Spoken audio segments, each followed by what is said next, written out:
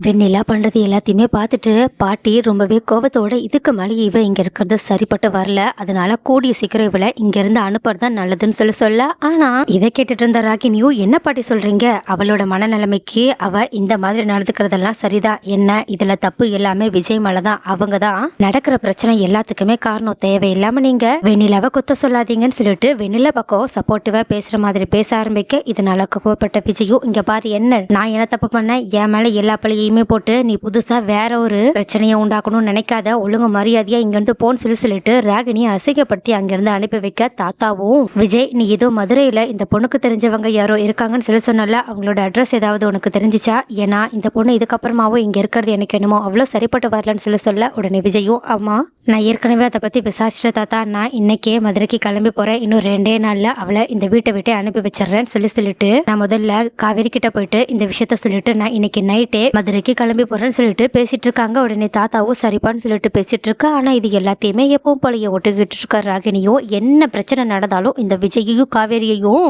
பிரிக்கவே முடியாது போலயேன்னு சொல்லிட்டு ரொம்பவே கோபத்தோட இருக்கிறது மட்டும் இல்லாம வெண்ணிலா மூலயமா நம்ம ஏதாவது ஒரு விஷயத்த பண்ணி ஆகணும்னு சொல்லிட்டு மறுபடியுமே வெள்ளத்தனமா யோசிச்சுட்டு இருக்காங்க. ஆனா அன்னைக்கு நைட்டே விஜய் காவேரியை பார்த்து தனியா பேசலாம்னு சொல்லிட்டு போகும்போது அவங்க ரொம்பவே டென்ஷனா இருக்கிறத பார்த்துட்டு, என்ன காவேரி இப்ப நம்ம கூட தான் யாரும் இல்லைல்ல, சோ நீ என்கிட்ட என்ன விஷயத்த சொல்ல வந்தியோ தயவு செஞ்சு அதை சொல்லு அப்படின்னு சொல்ல உடனே காவேரியும் ரொம்பவே தயக்கத்தோட நின்றுட்டு இருக்காங்க. ஆனா அவங்க இந்த மாதிரி விஜய் கிட்ட இப்போ உண்மையை சொல்லுவாங்களா, அப்படி இல்லைன்னா வெண்ணிலாவுக்காக விஜய் மதுரை வரைக்கும் போக போறாங்கன்ற விஷயத்த தெரிஞ்சுக்கிட்டு அவங்க முதல்ல இந்த வெண்ணிலா விஷயம் முடியட்டும், அதுக்கப்புறமா நம்ம இந்த சந்தோஷமான விஷயத்த விஜய் கிட்ட ரொம்பவே ஹாப்பியா சொல்லலாம்னு சொல்லிட்டு நினைக்க போறாங்களா. காவேரி அடுத்து என்னதான் பண்ண போறாங்க, தயவு செஞ்சு காவேரி இப்பவே நீங்க உண்மையை சொல்லிடுங்க, அப்பதான் விஜய்க்கும் உங்களுக்கும் நடுவுல இருக்க எல்லா பிரச்சனையும் தீரும்னு சொல்லிட்டு நீங்க நினைக்கிறீங்களா என்ன. சோ எந்த அளவுக்கு சீக்கிரமா காவேரி விஜய் கிட்ட இந்த உண்மையை சொல்றாங்களோ அந்த அளவுக்கு சீக்கிரமா அவங்க அவங்களோட பிரச்சனைகள் எல்லாமே தீர்ந்து 2 பேருமே ஒன்னா சேர்ந்து வாழுவாங்கன்னு நீங்களுமே நினைக்கிறீங்கன்னா அந்த விஷயத்த கமெண்ட்ல சொல்லுங்க. அண்ட் ஆல்சோ வெண்ணிலா மூலயமா